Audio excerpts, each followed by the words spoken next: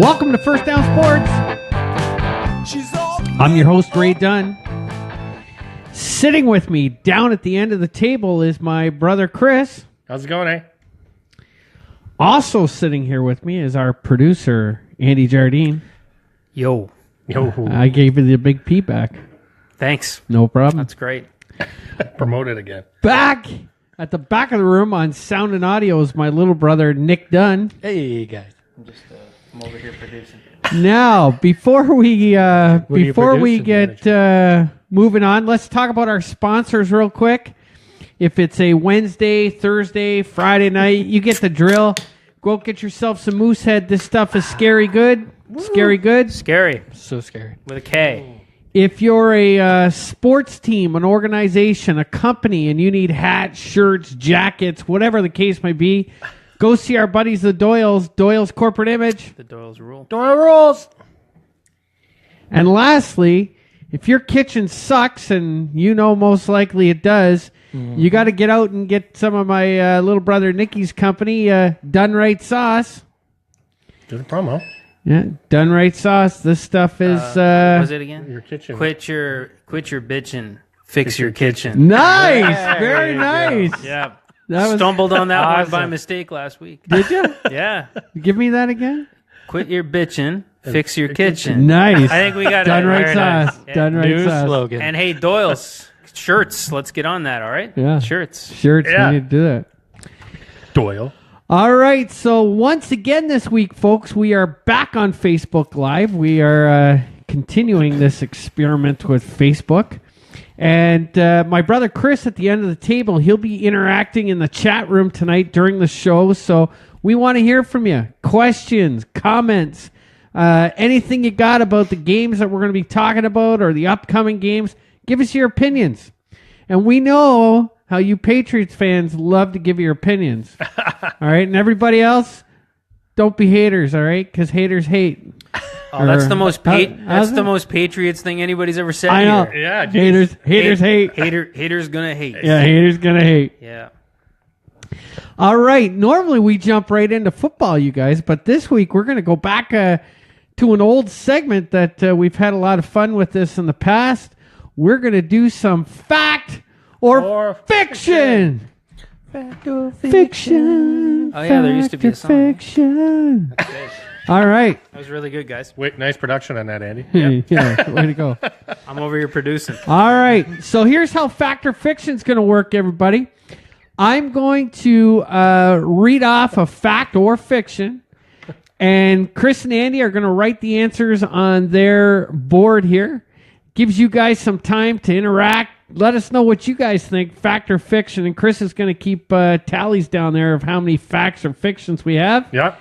And we'll see how this goes. So here we go, fact or fiction.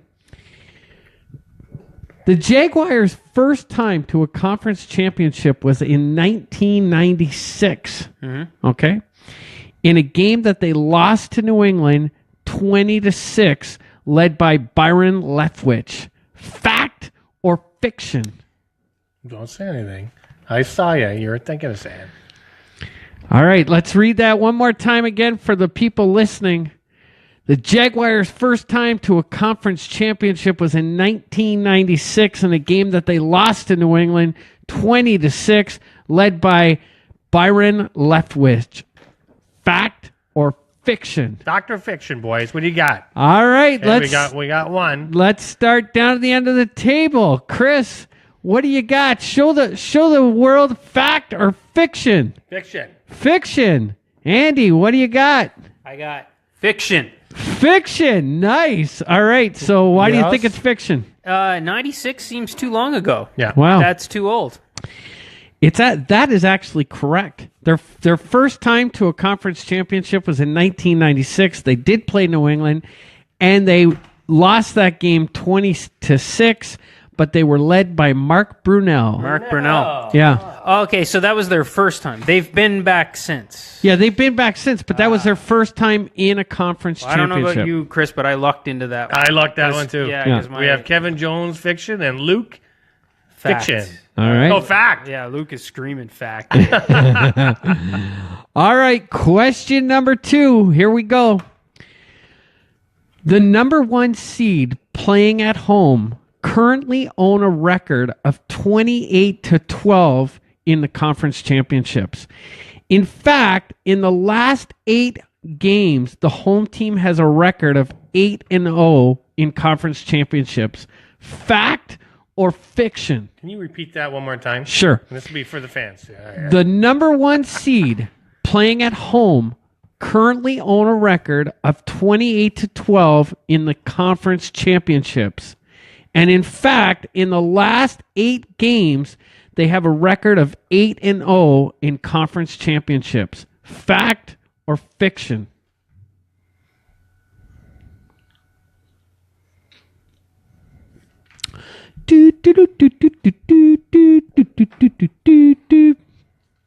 Fact or fiction?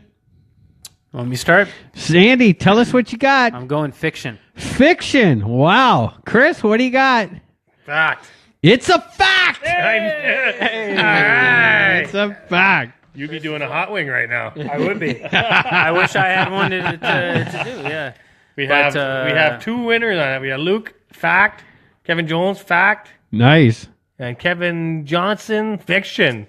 I thought, Whatever Ray does. I was thinking whatever of Doug 2 doesn't specific say. things that I thought might have been road wins for the conference championship, so I was taking a shot at it. Yeah. I was wrong. Yeah, that's really unbelievable when you think about it. 8-0 in the last 8 conference championships. I mean, that streak has got to be broken at some point. By the Jags. And we'll get into that a little later. Let's make we'll sure get that into it a little later. Jags. Here's your last one for tonight of fact or fiction, okay? Okay.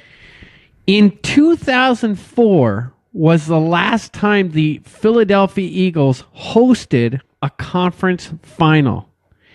They beat the Atlanta Falcons 27-10, who were led by Michael Vick. Fact or fiction? I need you again for everybody out there. In 2004 was the last time the Philadelphia Eagles hosted a conference final. They beat the Atlanta Falcons 27-10, led by Michael Vick. Hosted a conference. Okay. Yeah, like NFC championship game against the Falcons. Yeah. Yeah. Okay.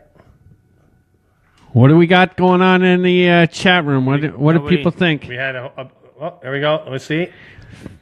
Should I give it one more time to them? We got a fiction from Luke. 2004 was the last time the Eagles hosted a conference championship, beating the Atlanta Falcons 27-10, led by Michael Vick. Fact or fiction? Fact. Fact. It is a fact. Yeah! It is a fact. I thought maybe the old Michael Vick in jail might have thrown you guys off on that one. The only thing I was thinking is maybe you were trying to fool us on the year. Yeah. No. Hey Zach. All right. 3-0. He's saying whatever Dunn doesn't say. Here's a follow-up question for you. That year that they beat Atlanta, who did they go into the Super Bowl and play, and did they win or lose? Well, I can tell you they lost for sure. Who did they play in 2004, Chris? 2004. Say it again. I want to. This is not just for me. For everybody. After they beat Atlanta and went into the Super Bowl in 2004, who did they play, and did they win or lose? Oh man. Well, I can guarantee you they lost because the Eagles have never won the Super Bowl. Okay. But who did they play out of the AFC in 2004? We got some answers here. Yeah, it's the Patriots, isn't it? It's the New England Patriots. Yeah. They lost that game 24-21 in a very tight game. Yeah. All right. That is your fact or fiction. Little fact or fiction. Fact or fiction. This is me producing. All right. Little fact or fiction. Great producer. Let's get rid of that. Good job. All right, let's move on to some football games now. We had quite a weekend of football. I mean, we had the divisional games. We had some poor coaching, followed up by some poor playing, and some questionable officiating, which we'll get into as well. Yes. Let's start this weekend off, though, with the game everybody wants to talk about, and that's the Tennessee Titans at the New England Patriots? I don't know that I wanted to. I want to get this one over Let's with. get it over with. Let's just get it over with. It's the most boring game of the week. Man. Titans got off to a good start, but then some bad penalties, questionable calls, and of course some bad coaching led to the demise of the Titans. New England wins this game 35-14. Chris, tell me what you thought about this game, Tennessee and Patriots. Well, I think there's a couple really bad calls, but before I go into that, they were going to lose regardless. But they didn't need to have the calls. That 14 points, like a momentum ruiner. Like they got to do something like that. Like this is just killing the fan base, or maybe they like it. Maybe it's working for them. New England fans love it. Yeah, I know, but the rest of the NFL, like they're just hating everything. But maybe that's why they're tuning in because they hate him so much. Like the ultimate heel. They get but the one call on the one that just blew my mind is where they looked like it was a false start. The punt. Is that the one you're talking about? A false start, and all of a sudden it turned out to be an encroachment foul. Yeah. And it's like that was not what the call was even going in. Like when they were New England was pinned deep. It's a joke. They're punting the ball from their 10-yard line. Yeah. And Tennessee was going to get great field position. And I can't even explain to you what happened on that play. I can't even explain it. You could even hear the commentators they're just like flabbergasted of like, what are we watching here? Yeah. I think the coach Mike Mularkey is getting like a bad rap, and does he deserve some of it? Yes, but not nearly as bad as it's getting. When New England puts up 21 points on you, in the second quarter, and then all these calls are happening to boot and everything, like you've lost your momentum entirely. And in the entire second half, like what are you going to do, right? Yeah. A lot of people. Yeah. Some people who didn't even bother watching the game, like these smart internet people that just like to troll, like, oh, they didn't run the ball enough. Well, you're not running the ball in the second half at all when you're down 21-7 and everything's going the Patriots' way. This, maybe you're going to roll into this, Ray, so I don't want to steal any thunder, but right off the bat, I think the first thing I texted you during this game is like, oh, my man Jeff Triplett is reffing this game. One of my favorite refs to watch. Unless he's in the game I care about, but and he ends up retiring after this game. I think it's unrelated, but can I ask you a question? Sure. So I think it's unfair as well that he's getting such a bad rap when they spelled it right out on the camera. Like Jeff Triplett's been around this many years, and this is an all-star crew. Yeah. None of these guys have officiated before. And all the bad calls are getting pinned on Jeff Triplett. Yeah. But it's not just him making every call out there. And he comes in, he listens to what the guys have to say, and he announces the call. Yeah. Like, it's unfair. Yeah. Well, when you're the white hat of the crew, yeah. I mean, you're just the announcer of the penalties, right? Like, the guys are making their calls. You're coming up to confirm what the call is. You're announcing it. But listen, it's just like a team. When a team goes wrong, head coach takes the blame. Even though he's not on the field making the plays. Same thing with referees. The white hat, he's the guy that's going to take the beating because that's the guy on camera. That's the guy that everybody knows. Nobody knows the other 6 or 7 guys in the crew. Yeah, but that's fair, Ray. But like, what can the white hat actually do to impact this? Like, a head coach on the football team's watching the same game that everybody else is, right? And they have the power and the headset and to overturn anything that either coordinator wants to do. They have the power to make a huge impact. What could Jeff Triplett do? Like, if it wasn't him to be watching this and one of his guys throws a flag, he has to support his guys, right? Yeah. What is he going to do? Just come and say, I'm Jeff Triplett, and I got a bad rap, and that was a stupid call, and the fans are booing, so I'm overturning it. Like, what's he going to do? Well, I'd love to talk to you more about this, but we're going to park that topic tonight, and I'll tell you why, Andy. I'm going to let the cat out of the bag here. We have a very good friend of the show, very good friend of our show, and one of my colleagues.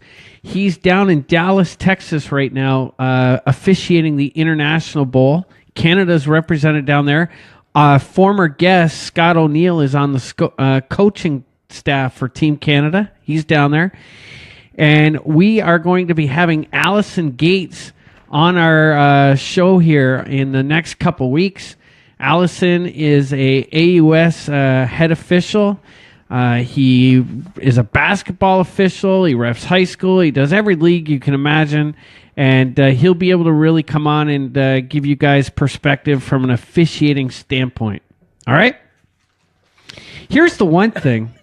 We have a breaking news. This just in. Jason Terrace just said hi. Jason Terrace, how's it going? How's it going? I didn't want to interrupt you how you interrupted Andy. So sorry, but we're going to save that topic. But here's the biggest thing about Mike Mularkey, and I'm surprised you guys aren't bringing this up, and maybe you didn't notice it. At the end of the first half, he made numerous coaching errors as far as clock controlling the clock. And you've heard me talk about this, whether it's minor football, college football, pro football. It shocks me how many coaches do not know how to manage the game clock. Yeah. I just don't get it. I don't think. And Mularkey made a huge mistake at the end of the second quarter there with one of his timeouts. It was just a brutal mistake. Like heat of the moment, it's hard. It's really tough to make that call. You start second guessing yourself. It's on you. I don't think it's that they don't understand, but you are rightfully. It's rightful that you're critical of them. I think that it's still bottom.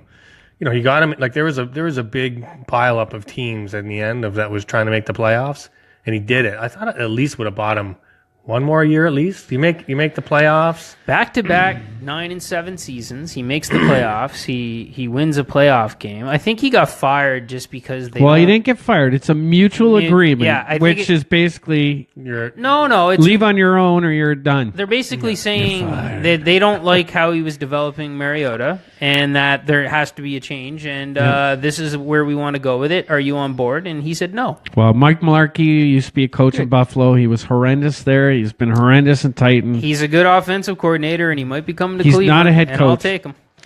Here's one funny thing. I don't know if you guys caught this. Right at the end of the first half, the Patriots ran a play, and miraculously there was still 1 second left on the game clock. Oh, that was so Patriots. And Tony Romo comes out and says, "What's going on here? Is this clock gate?" He made a joke about clock gate. Yeah.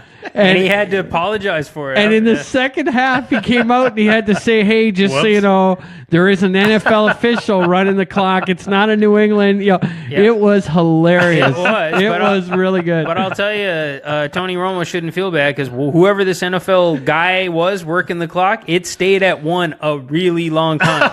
It did. Like there was time to say Mississippi 3 times. So you say what you will. I'll tell you, we got to get on to the next game, but I love Tony Romo. He was calling. Patriots kept running the ball to the weak side of the line, and he kept talking about the fact, look, that linebacker's not in position. That linebacker's got to get down over the end, and until that guy gets there, they're just going to keep running the ball there. And they ran that same play about 3 or 4 times. Yeah. I love watching Romo on TV. Just great. One quick thing. Kevin Jones brings up Hoppy and Vince Sturgeon are also down there coaching. Oh, yeah? Great. Yeah. Chris Hopkins, another former guest of First Down Sports. And who was the other one? Vince Sturgeon. Oh, yeah, that's right. And we got to get Vince on here, too, at some point. So I guess we're getting them all on, and we're going to talk about, of all things, what can the White Hat do? That's right. To fix things. Well, they're coaches. On the fly. Yeah. Oh, those are coaches. Let's move on. Falcons, Eagles. 10-15. Now, going into this game, we talked about Nick Foles being the centerpiece of this game. And we also talked about what Matt Ryan would show up for this game. Well, we've watched the game. The Eagles are moving on. Where do you place the blame on this game? Is it on Matt Ryan's shoulders? It's hard not to. It's really hard not to. He looked fantastic in the first half. Mm-hmm. I thought he looked fantastic. Yeah. The one where he got the pressure on, his body was twisted. He still finds a way to dump it over, and they get a touchdown out of it. Fantastic. I thought this guy is on fire. Like he's in a different zone. Thought maybe the playoffs maybe brought him back, but then second half happened, and like the current year dude just fell apart. Yeah, I agree. We went live, I think, or we were talking at halftime, and I was like, "Oh, it looks like we know which Matt Ryan showed up. Yeah. The good one." Yeah. Yeah. And then the not so good one showed up. There were some really dumb play calls that I thought. Again, it's really easy with hindsight to say that a play call was dumb. Yeah. Because that play at the end to just heave the ball straight up in the air to Julio, like that probably works in the regular season, like Right. 7 times out of 10. Yeah. But yeah, I just don't like. They panicked. Yeah. They Yeah. just panicked. They were like, Wait a second. Are we going to lose this game to Yeah. a team that only scored 15 points?" They panicked. Yeah. Yeah. And it didn't work well. It didn't look good on them. No. The entire world was waiting to see the Steelers versus the Patriots in the conference championship. Maybe except Andy. Not Maybe me. except Andy. Maybe This except guy. Andy. But after a very quick 21 to nothing score for the Jaguars, they put their foot on the gas pedal. Blake Bortles played unbelievable. We'll get to that in a second. But here's the biggest thing. This Pittsburgh team, they came out with zero emotion to start this game. And in fact, they almost looked deflated, if you will. Wink, wink. My biggest question so far is, should Mike Tomlin be fired for this performance in this game? No, but even more firmly, I'll tell you that he won't be. No matter how many of your friends send you fake news. Yeah, and I did get a fake news article sent my way today, Chris, that he was fired. Yeah. Yeah. And I sent it to Andy And right I away. call right away, like, if my phone is not exploding, this is not real. So this is fake. So, no, he's Fake not, news. not. Like, the Steelers, let's go through some of the things that we talked about. The Steelers have had 3 coaches in 50 years. They don't fire coaches. They don't move on from coaches. Now, the Rooney family gets very involved in the coaching setup. Yeah. They hire coaches that are head coaches, which to me, that's what I want to see in Cleveland right now. A guy that comes in and his responsibility is being the face of the team, the major decision maker, the face of the culture of the team, the face of the toughness, and delegate his offense and his defense and put it in capable hands, right? Yeah. And that's what they do. Bill Cowher wasn't even fired. He moved. He left himself. Yep. And they brought in Tomlin, and there's no way. I'm not going to say that there's not going to be change happening. Todd Haley, offensive coordinator, despite the fact that they were putting up like 37 points a game, Yeah. maybe he's gone, but Mike Tomlin is not going anywhere. Now, does he deserve some of the blame on this? Yeah. I think Mike Tomlin was as cocky as his team was. Yeah. And I don't think he took the Jags seriously enough. And when he finally had to, I think he made a couple bad decisions. Again, hindsight, I don't know that onside kick attempt was as bad of a decision as everybody's trying to say it was. Yeah. Like it had to happen at some point. So, but still, he made some boneheaded. He's not getting fired, right? Well, I will. We can do it better. Some minority owners of Pittsburgh are all pushing for him to be fired. Chris, what are your thoughts, real quick, on this? No, I don't think he should be fired. I think I don't see any glaring things in the game that was really resulting of him. I think they were outclassed by an awesome defense. They have the worst defense. Like, remember last week I said, guys, what you're going to see here is, despite the fact that the Jags could only score 10 points on Buffalo, you need to feel good about the Buffalo Bills defense, because I guarantee you. Now, I don't know if this is word for word, but I said last week is your defense is really good, and you're going to see how bad the Steelers defense really is. Yeah. Well, here we are, 45 points later. Yep. They hung up 45 on this defense, and they could only score 10 against you. And the Jags decided not to be the Jags in this. And the breaking point of the game, the play that decided the game was when it was 4th and 2, and they elected, no, we're not taking the field goal. We're going to have Fournette run right at you and score the touchdown. And right then and there, that shocked the Steelers. They said, wait, this is not the Jags. Yeah. Like, these guys are going for blood. They're going for the throat, and they kept doing it. Well, they're like you said, they are playing very aggressive football. And, I mean, they're playing with an attitude. They're playing with an attitude, right? And as much as you guys wanted to see the Steelers play the Patriots, I'm telling you right now, we got the better game. Yeah. We're going to get the better game. I hope so. I hope so. With that D, with the pressure that they put on, the thing that I think that if you rewind to last year where the Texans gave Brady such a hard time, everybody laughed at the Texans of, they're just going to get eaten up. But that Texans defense wreaked havoc on that offensive line. Think about this really quick before we move on. How special is a defense when the only thing anybody's talking about is the defense, and the offense actually scored 45 points, and this defense we keep talking about gave up 42. Yeah. And it's still the only thing anybody's talking about and saying that the Jags defense is best in the league. Well, you look at that Pittsburgh offense. I mean, Juju Smith, Bryant, Antonio Brown made two of the greatest catches we're ever going to see. Oh, Bell. God. Nobody makes those catches. I mean, that kind of offense is going to put points up. It's going to put points up. But a defense has got to put its offense in a position to win the game. Yeah. They did it. Just a real quick. Wasn't that crazy that 4th down and he throws? Yeah. He could have easily ran. You know what? If he would have not made that pass. Yeah. Like what? Like they would have they would have had serious conversations. In the 4th and 3. Oh, I know. 4th and 3 where he bombed it, and it was one of the best catches I've ever seen in my life. And then the other Brown catch was even crazier. He caught the ball and the guy's entire arm with it, reaching around, and just like nobody but Antonio Brown makes that catch. Yeah, that's crazy. Yeah. It's unbelievable. Bortles is still bad. Eric Murray. Flacco. That's the thing. Hey, you got to give this kid credit. He's doing what he has to do to win this. And, he's going to make a ton of money. And again, he used his legs to pick up some key first downs in this game. He runs at the right time every time. That's one thing he has figured out. He runs his accuracy is super all over the place. It's sporadic, but he knows when to run. And their running game is so good that the play action works, and he's got to figure it out. They've got like 5 plays they run. It's like playing you in Madden. All right, we're moving on.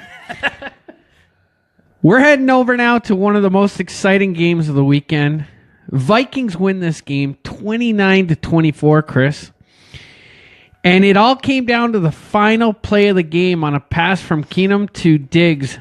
But before I tell you about that, let's listen to Joe Buck's call on that. Keenum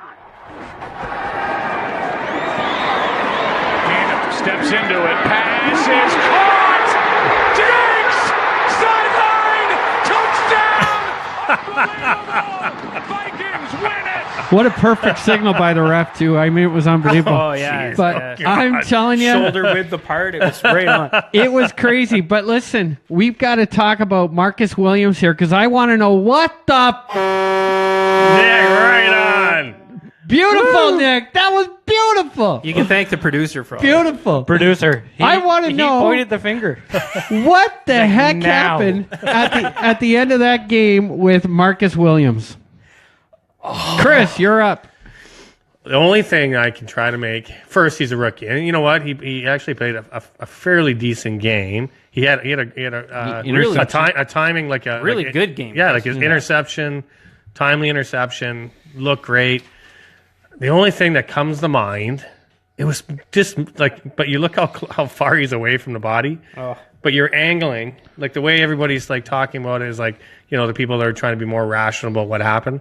He's angling him to try to keep him in bounds because if you keep him in bounds, the clock is ticking, the game is over. Yeah. There's no field goal. But where he caught the ball, and I don't think there's enough time to really process a lot other than keep him in bounds. That's the only thing I think your mind's going is keep him in bounds. That's why they were protecting the sidelines. If you looked at all the replays, all the corners were on the sides, like to protect the sidelines.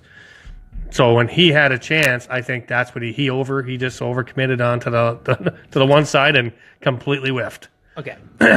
I'm going to be a little harder on him, but I feel bad for the kid. So he was an absolute home run second-round draft pick. Yeah. And he was really good. Yeah. Number one, the defensive play call was stupid. There were 2 guys in the center of the field. They shouldn't even have been there.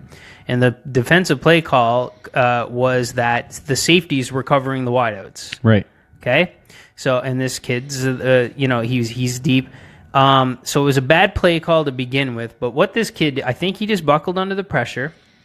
Diggs was coming towards him. I disagree with you, Chris, that he was angling to keep him in bounds. I'm just trying to find a way like that. Yeah, exactly. And I think you're I think if that was in his head and we saw that would make a lot of sense. But like the angle that he took on him was not even close to that.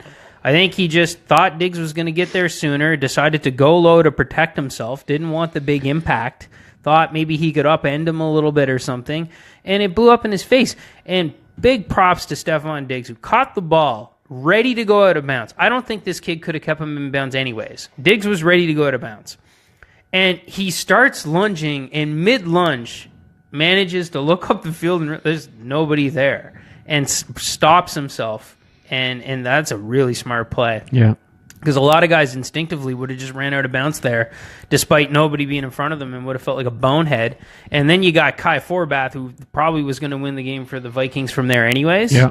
So, I feel really bad for the kid. The way he tried to make the play just made him look so bad. They were probably, it was a good throw, a great catch. And I don't think they were going to keep him out of bounds either way, but man, he looked silly. I just Well, go ahead. Sorry. My 2 cents on this is this, and I'm speaking from an officiating standpoint. I see this time and time again, not at the minor level, ironically. You see this at other levels of football. But a lot of defenders are trying to make what I call TSN highlight hits. Okay. In this case, this kid's trying to make an ESPN highlight. Oh, he did. Oh, Yeah. he made it. Well, he made it. And what they do is biggest one what ever. a lot of these defenders do now is they're trying to make that diving tackle rather than make the tackle with the arms and take a guy down. I saw St. Avac's season come to an end this year on a 61-yard pass similar to this. Same thing. This kid, all he had to do was make a tackle, but he goes for the TSN highlight interception. Yeah. Game's over. This kid made a bad decision with this type of hit, and guess what? He was trying to make an ESPN hit, and he has made an ESPN hit because he's going to be on every blooper reel for years to come. Yeah.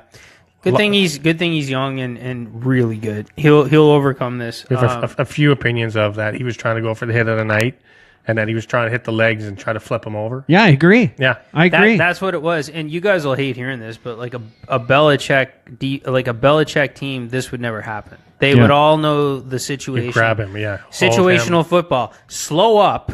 Let the guy catch the ball and take him down. Wrap him hard and pull back. Make sure he does not go out of bounds. Yeah. And that would have been the smart move. And that play was there to be well, made. But even better, Belichick would have had 2 guys there. Well, he would have had 2 guys there. Yeah, and it would have been a cornerback covering those receivers. Can I mention just really quick? It was an amazing comeback, but I think the one thing that I think helped with the comeback.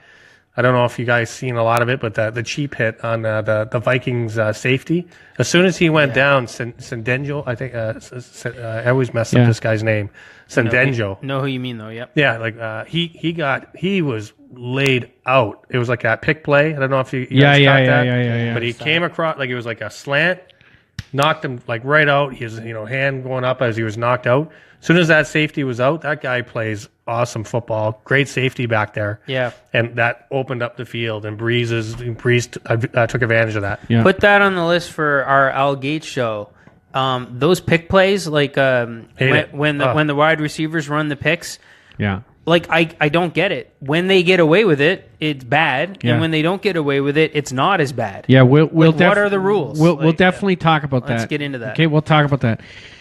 We've got to move on here, guys. We're running tight here, so let's get over to conference championships. Yep. What game do you want to start with? Let's end with Jags. All right. Yeah. Let's go Vikings, Eagles. Yeah. Okay. In our preseason, we had what was called bold predictions. Okay? Yeah. We do this, folks that are listening. And if anyone would have picked Case Keenum versus Nick Foles in the NFC champion, that would have been as bold as they get. Yeah. Andy, starting with you. Yep. Does this game simply come down to quarterback play? Wow. It comes down to Nick Foles' quarterback play. I think the defense on the Viking side is like almost a Jaguars type defense. Yeah. I think they and by no means is Philly's bad. Yeah. It's just not quite at that level. But I really think I really think Case Keenum is playing is a better quarterback right now than Nick Foles. Yeah. Funny enough, they were both Jeff Fisher backups in LA. Jeff Fisher Bowl. I know. They're calling it the Yeah, Jeff that's- Fisher Bowl. Jeff Fisher's sitting back at home going, I knew these guys were good. Man, they just didn't give me time. Look at this. I got 2 franchise guys but anyway, I think it comes down to Nick Foles' quarterback play. I think Case Keenum can get away with mediocre play, though that's not what we just saw in his game. But yeah, I think it's on Foles again. Okay, Chris? I think this is going to be potentially another Jags and Buffalo. I think this could be potentially for people that don't like low-scoring games. I think this could be a battle of the trenches. It's going to be what D can disrupt these disruptible quarter. Well, I think Keenum is less disruptible, but I think if you got Cox in the middle, that's going to get right in there and go after Keenum and disrupt their chemistry back there. I think that could I think it's going to be a lot more conservative. I think the defense though is I'm leaning more for Minnesota. I think Minnesota is just I think that's. They're coming on a huge high. Yeah, they're coming into a huge. What's this? You guys you got things going on. No. Andy just. I was just saying. I'm looking online. Is there some kind of joke going on here? No. Okay. See, that's something you would do to me and see if I stumbled, and you did really well on All that. right. I was like, I'm just looking online. Is he doing something? Yeah. So, anyways, I honestly think Minnesota's defense is going to get the fall. I don't think Foles is gonna be prepared for. This is the first ranked defense, and I hope Sandano comes back. I hope that he's going to be okay, and if he does, I think he's going to be able to shut them down, and it's going to come down to who's going to make the least errors. Okay. Yep. Let's make picks. Nick, let's start with you. Minnesota at the Eagles. Who you taking? I want Minnesota. Minnesota? Yes. You got a score? I'll say 24-20. Wow, pretty good. Andy, let's go to you. Make your pick. Vikings 17-10. 17-10. All right. Chris? I hate picking the exact scores, but I'm going to go. No, we're not going to hold you to the score. You do. I'm going to. I'm going to go, say 28. No, I said slow. It's not going to go that high. I'm going to go. I just think Minnesota is going to go much more. Let's go 14 to, let's say, 9. There's a last-minute field goal. So you're saying Vikings? Vikings. All yeah. right. Right? I'm going to do my buddy Jason Kenny a big favor fly, here. Eagles fly here. Because I went 1 for 3 this past weekend. I'm really struggling in the playoffs. So for my buddy Jason Kenny, I'm taking the Vikings 24-21. Oh, that's going to be an exciting game. Go Eagles! All right, there you go. Taking Vikings. We got Vikings 28-14, Kevin McGrath, and Zach 20-10. Vikes. Nice. Everyone's going pretty much Vikes here. All right. Let's jump into the Jaguars versus the big old bad Patriots. The best AFC conference final we could have asked for, I'm telling you. Tom Coughlin has had Belichick's number in the past when it comes to the playoffs. Can he? He's in the background. Yeah, he's not going to do anything. No, but he's there. He's there. He's got a voice in that locker room. Can he help Doug Marrone pull this off with Blake Bortles? Chris, you're on the clock. Well, Andy and I talked a little bit about this, about having the right recipe to possibly dethrone this team, and I do. Look, if I had to bet the house on it, I'm betting New England. Let's not get carried away. Yeah. I think New England, you got to bring it. You have to be a perfect game because they're going to eat you up. You make a mistake, they're gonna torture you and they're going to eat you up. They're going to get some calls and it's going to be highlighted of they got a call, but they're going to get calls and they're going to exploit. Why the calls I think are actually bigger for New England is because when you make a mistake or they get an opening, they exploit it and they get points from it. So if that's why I think it's even more of a highlight for this team. So I'm on a record of saying that, but I still hate it. But I think Bortles is mobile. He can extend the plays, which is good. You have to plan for a mobile quarterback, and he seems to be picking up momentum because when he played against Buffalo, he played a little stagnant. Then he played against Pittsburgh, and it's like, geez, he's picking up momentum. He's throwing good balls. He's a lot of poise. But it was a lot of help in the last game with the Steelers at the run play. Well, But that's the factor, though, is Buffalo shut down the run. Yeah. And I don't think New England can necessarily shut down the run like Buffalo's defense can. Just to comment on that, Chris, before Andy goes, they've drawn up the playbook very simple for him. It's a very simple offense, like Andy said earlier. Yeah. And that's working for him. How Bill Belichick schemes against that versus other coordinator or other teams have, I think will be completely different.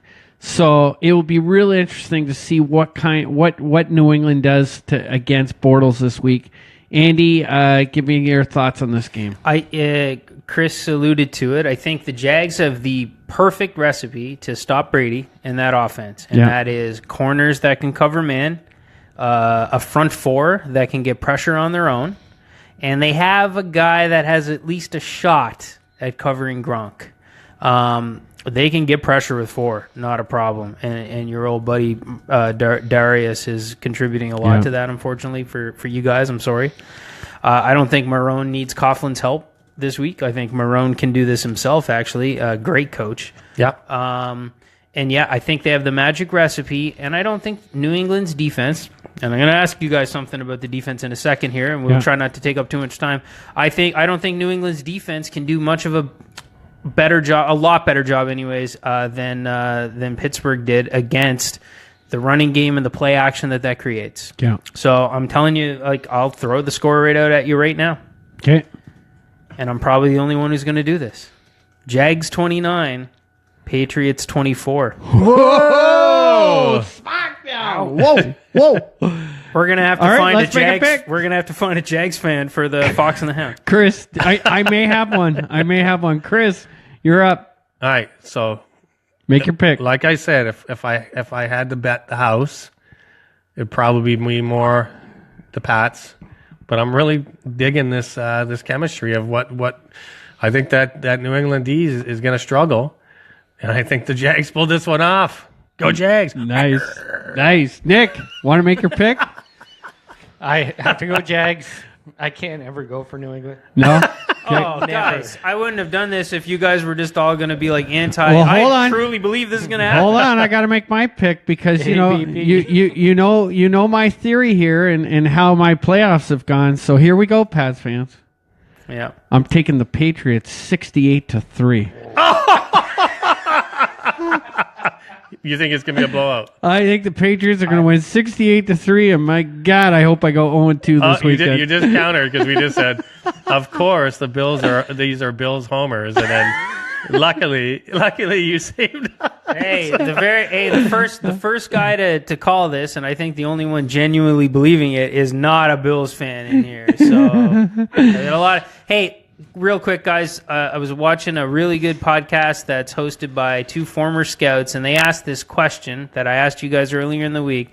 Can you name a single Patriots defensive player that, if he was traded to the Jags today, could start for them? Yeah, I put some thought into it. A good one. I put some thought into that. The only player that, from a stats perspective, when I compare New England versus Jacksonville, is Devin McCourtney, safety. Yeah. I think he'd be a good guy back there. Same with Patrick Chung. Both those safeties I think are good. Trey Flowers has been very good at DN this year. Now they got Campbell over in Jacksonville, but he could be there. The only other guy I really like from Patriots D, and he's not even playing right now, but that's Hightower. I think he's a very quality defensive player. That was my only one. I really, the safety, a little bit, but I think the Hightower was my only really major glaring one. Okay, but I think the scheme is what's Harrison too. Yeah, I think the scheme is what's different. Is even though that you may not have the starters, but the scheme is, I think I always give it to New England because Belichick is a dynamo defensive coach. I know it's the other dude too, but so these two former NFL scouts and personnel guys with years and years of experience between them came to the conclusion that only one guy in New England has a chance to start for the Jags. Who's that? And it is Devin McCourty. McCourtney. Devin McCartney. Yeah. Nice. Had to be. Nice. There's no N in that, by the way. Yeah. Devin McCourty. McCourty. Devin McCourty. So you didn't. Okay. So you actually didn't get it right. He 'cause loves you Paul can't say McCartney. Listen. He said Paul McCartney. McCourty had 77 tackles, 17 assists with an interception this year. Yeah, he Put would him on probably the take the Jaguars. place of former Browns Tayshaun Gibson. All right, I'm just going to roll through some quick odds and ends here for you before we get out of here. Listen to this one. Big Ben made an announcement today. He's not allowed to audible to a QB sneak on a 4th and 1 down play. Yeah. He's 6'6". What do you mean and not whatever. allowed? They didn't allow him. The team doesn't allow him. He says when he's under center under 4-1, because on those 2 4th and 1s where he pitched the ball out and then he ran that play action pass, There's not an audible in there for him. he's not allowed to audible to a QB sneak. That's ridiculous. That's ridiculous. You give him full Manning on this. Manning ran the show. Yeah, You win us the game. exactly. Knowing Big Ben, I don't even know that what he just said there was true. That was just his subtle way of throwing somebody under the bus. He won't take the blame. But we'll see.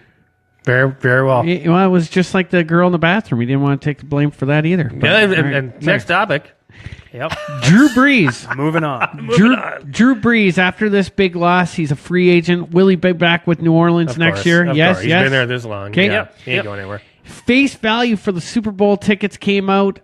They range from $950 for the nosebleeds to $5,000 for club seats. Yep. That's face value. Yeah. Wait and see what they go on StubHub for. They'll be, big bucks. Well, everyone's just waiting to see if the Jags are in it or not. That'll bring them down a bit. We had a number of pro athletes pulled over for DUIs in the States this week. The biggest probably being Dennis Rodman. Did you see Dennis Rodman get pulled over? Yeah, I heard about it, but I didn't see the video. Oh Is it my bad? goodness! It's Rodman, still Rodman, man. You go check out Dennis Rodman getting pulled over. Yeah. And just one last note before we get out of here: a little CFL news. The Montreal Alouettes, Chris, have signed Josh Freeman, former Josh Tampa Freeman. Bay quarterback. You know what? This could start a trend. Yeah, and All started from your guy. they released Darian Durant today. Who ended up signing in Edmonton and has now played for, or will have played for every team in the CFL. Wow, crazy. Yeah, so like- he's it's like complete. Bob- They call it CFL bingo. And by the way, just to add to that a little bit, Josh Freeman was with the Alouettes before. Oh, was he? He was in their camp before. Okay. So he's a familiar face, and they're bringing him back again because they've moved on from their other quarterbacks. Well, there you Yep. go. That's awesome. All right, CFL before now. we get out of here, Chris, do you have any final thoughts? Well, I got one comment that I promised. That Yeah, I any would- comments, any questions there from the site tonight? No, just one was funny. Kevin McGrath can't wait for Randy Moss to win. So Okay. he's no longer there. So maybe go watch Monday Night Raw. No, I mean, is he talking about win a No, spot in the draft? He's Or? just a very funny. Well, Okay. he's got a shot at the Hall of Fame, though, doesn't he? Yeah, he's got a shot at Randy the Hall of Moss Fame, And, yeah. Owens Yeah. are both, yeah. Yeah.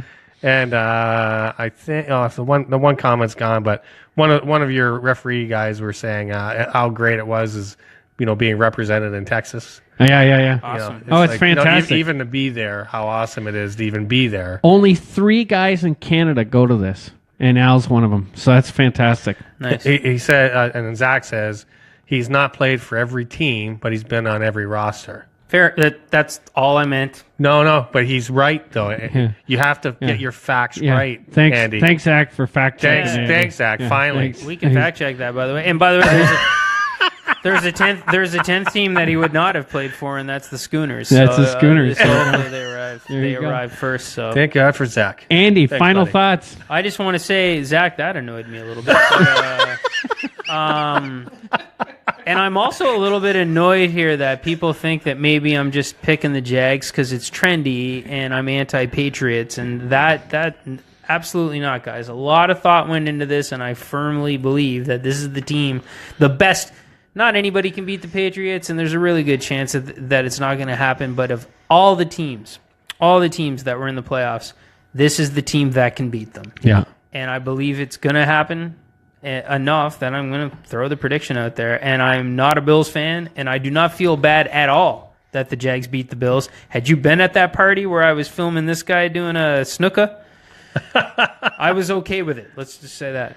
So, And I am dead serious about the Patriots winning 68-3. If they don't win by that margin, it's an embarrassing, That's a good embarrassing performance. follow up Embarrassing. there, so. Nick, any final thoughts at the back of the table there? Not at all. None? Crickets. Oh, wow. Just Oh, crickets. wow. I have, Nick brought his A game tonight. I know. Sorry, I'm looking for a song to close out on. All right, guys. Look, before I give my final thoughts, let's talk about our sponsors again, real quick. Any night of the week, make sure for the games coming up this weekend, you go get yourself some Moosehead. This stuff is scary good. And if you need hats, shirts, jackets, maybe you want to get some modified Pens. shirts for the games this week. Do you want some pens? Yeah, that's it. Go see our buddies at Doyle's Corporate Image. Those rule. And Andy, I'm going to pass it over to you for a second, but if your kitchen sucks, Quit your bitching and fix that kitchen. Done Right Sauce. Done Right Sauce. There you go. That is fantastic. Wait, somebody just posted this, and this better just be. We better check that. Alex Smith to the Bills. Yeah. I don't think you can do that yet. No. No, we'll get back to that later. Don't think we'll they get could be back to that. talking about that just yet. Before we get out of here, guys, I just want to give out a big shout. We've got a big show coming up for next week. No, next week, our Super Bowl show at the Fox and the Hound. Will that be next Tuesday? No, It the will. The Super Bowl show is going to be on the 30th. January 30th is the Super Bowl debate show. debate show. Okay. That's right. The Super Bowl debate show is January 30th at Fox and Hound. We will, by that time, we'll know the two teams that will be in the Super Bowl. We're going to get fans from each team to come up. Help We're us going to with have the Jags fan things, guys. It's happening. We're going to have trivia for you. Yeah. We're going to have the debate that we had last year where our young Falcons fan knocked out Mike Fougier in an early 3-round knockout. No, it was a debacle. A complete debacle. If there's one thing Tom Brady was not happy about in last year's Super Bowl was Mike Fougier's performance at our Super Bowl debate. Representing him, yeah. It was terrible. If you terrible. disappoint Tommy, that's So tough. make sure you come out. We'll be putting more details out on our Facebook page on that. And again, Super Bowl at the Fox. We'll be sharing more details on that as well. Outside of that, you guys have a great week. And make sure you enjoy that football on Sunday. Go Pats! Oh, I had that one.